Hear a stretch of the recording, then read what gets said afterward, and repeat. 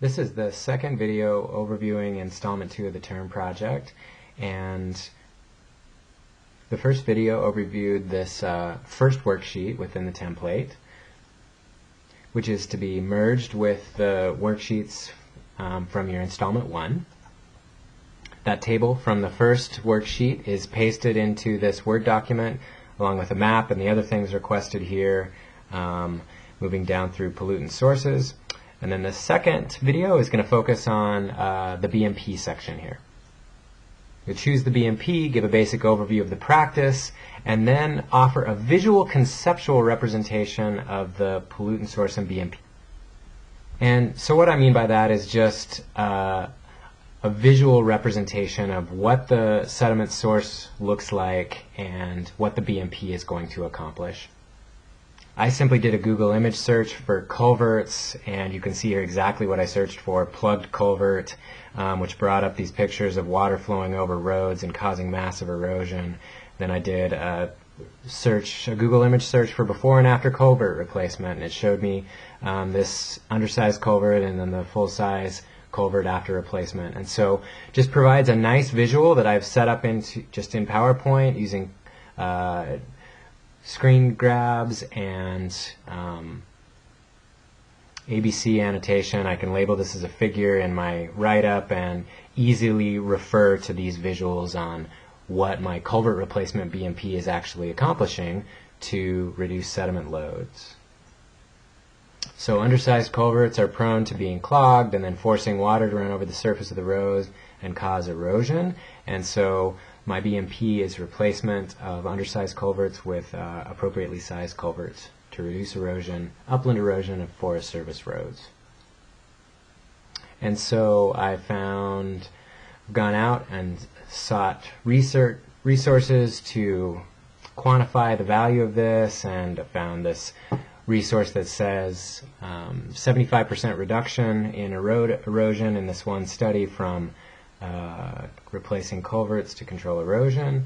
And so there's a variety of ways that you can calculate the sediment or the pollutant load reduction from your BMPs. It simply needs to be very clear and laid out in this worksheet so that we can follow what you did, and doing that with clear labels and text and then annotation like this, just like in the other worksheet. And so if a study said 75% reduction in erosion, then I put that number here. But I've said that I'm only going to be able to accomplish that over 30% of the area. And so I do expect to see some kind of representation of the extent over which you think you'll be able to accomplish this BMP implementation. And so you should open the Excel document so that you can read this better. Some of the numbers are probably a little bit too difficult to read in the video, and so you could just follow along in the Excel file itself. But so I've got 30% of the area that's eroding that I'm going to replace the culverts on, and it's going to reduce the erosion rate by 75% in those areas. So that's going to leave 75% of the eroding roads due to culverts with 0% reduction. So down here I've got 150,000 kilograms per year of sediment coming from eroding roads, and that's a direct cell reference to where I calculated it on the other sheet, or got it from a TMDL, hopefully. And then I multiply that by the 30% of the road area that we're applying the practice to, and we're getting a 75% reduction within that 30% of the area. So I multiply those together to get the load reduction. I've used direct cell references, and I tried to include annotation to make it clear how I did those calculations. Very simple, and just describing what I did here, very similar.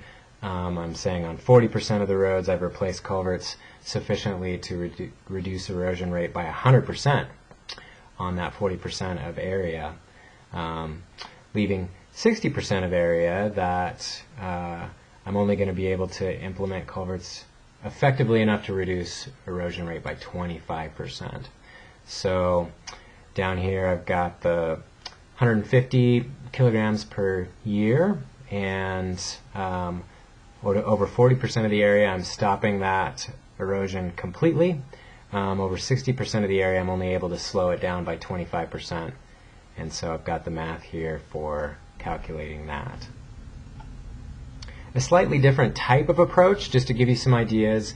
Perhaps I know that 150,000 kilograms per year is coming from roads, and then I find a number in a TMDL that says that 300 kilograms per meter per year of sediment is lost from a system similar to mine or in my watershed. And I'm going to back calculate, based on my load number, how many kilometers of eroding road there are.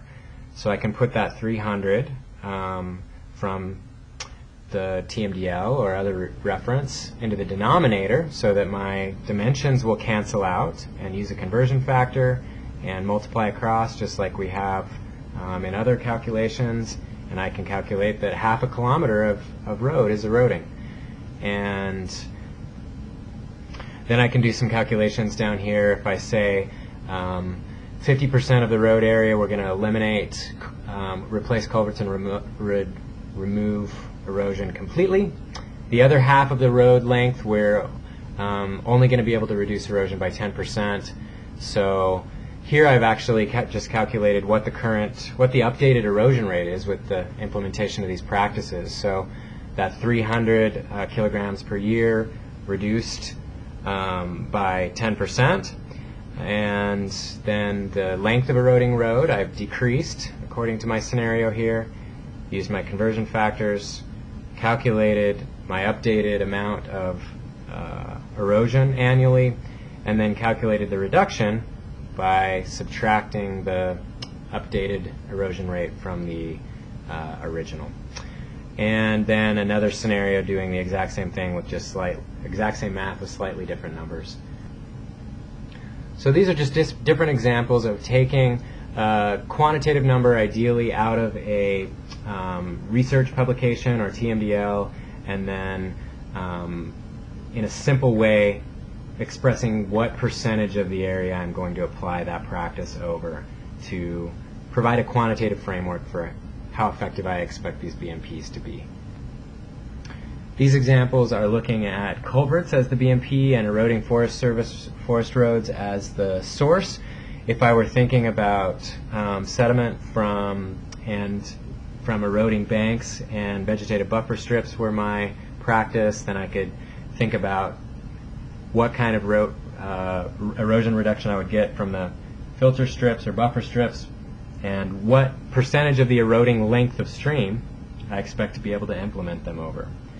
Or if I have erosion off of rangelands and I am going to implement vegetation management or grazing management on the uplands, what kind of percent reduction do I think I could get? In that case, you might also want to employ a delivery factor, knowing that all of the erosion that occurs on the uplands doesn't make it to the stream. The closer you get to the stream, the more of it does. There's literature out there on how you would apply a delivery coefficient like that. A different conceptual diagram I put together for a different BMP that's actually related to my dissertation work has, in this case I'm talking about nitrate leaching out of cultivated soils into groundwater, and then groundwater feeding streams as the source. So there's a lot here, but just quickly going over it, you've got water, precipitation, evapotranspiration going out. When there's more water than the soil can hold, it gets above field capacity. Deep percolation comes out of the bottom.